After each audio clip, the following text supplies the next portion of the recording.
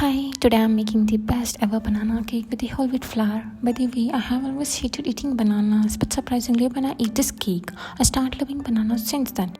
So, you must try this whole wheat banana cake for sure.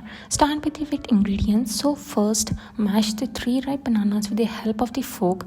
Please use overripe bananas because overripe bananas are best for this cake. Now add oil, curd, castor sugar, vanilla essence and whisk until sugar dissolves completely. Then add dry ingredients as whole wheat flour, baking soda, baking powder, a pinch of salt. You can even add cinnamon powder for the flavor and add milk and combine well, but do not overmix the batter. Now add a handful of dark chocolate chips and mix well. Here you can replace the dark chocolate chips with walnuts and chopped dark chocolates because walnuts gives you a nice crunch while eating the cake.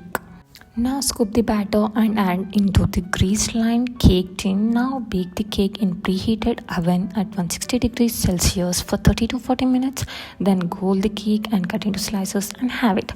Please try this super moist and spongy cake and let me know how your cake turned out. Please like, share and subscribe. Let me know in the comments. Thanks for watching. Bye bye. See you in another video.